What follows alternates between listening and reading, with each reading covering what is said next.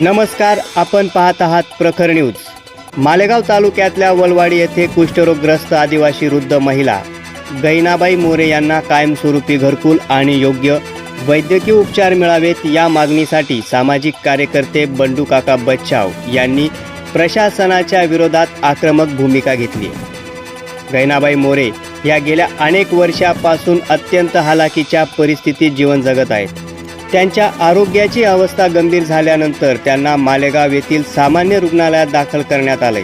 कुष्ठरोगामुळे त्यांच्या पायाला गंभीर जखम झाली असून वेळेवर उपचार न झाल्यास पाय कापण्याची वेळ येण्याची शक्यता व्यक्त होत आहे। दरम्यान 12 बलुतेदार फाउंडेशन आणि भाजपच्या शिष्टमंडळाने रुग्णालय प्रशासनाकडे निवेदन सादर केल्यानंतर वैद्यकीय अधिकारी डॉक्टर जितेंद्र डोलारे यांनी तातडीनं दखल घेत नियमित उपचार आणि ड्रेसिंगसाठी 7 कर्मचाऱ्यांची नियुक्ती करण्याचे आदेश दिले।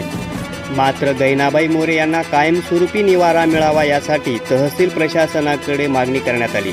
लवकरात लवकर घरकुल मंजूर न झाल्यास गैनाबाई मोरे आणि त्यांच्या कुटुंबासह जिल्हा परिषद नाशिक येथील कार्यालयात बिऱ्हाड आंदोलन करण्यात येईल असा इशारा सामाजिक कार्यकर्ते बंडू काका बच्छाव यांनी दिला आहे। एक वृद्ध, आजारी आणि निराधार महिलेला मूलभूत सुविधा मिळविण्यासाठी संघर्ष करावा लागत असल्याने प्रशासनाच्या कार्यपद्धतीवर प्रश्नचिन्ह उपस्थित होत आहे। आता प्रशासन याबाबत किती तत्परतेनं निर्णय घेणार याकडे सर्व राज्याचं लक्ष लागले। प्रखर न्यूजसाठी भैयासाहेब माळी, सटाणा।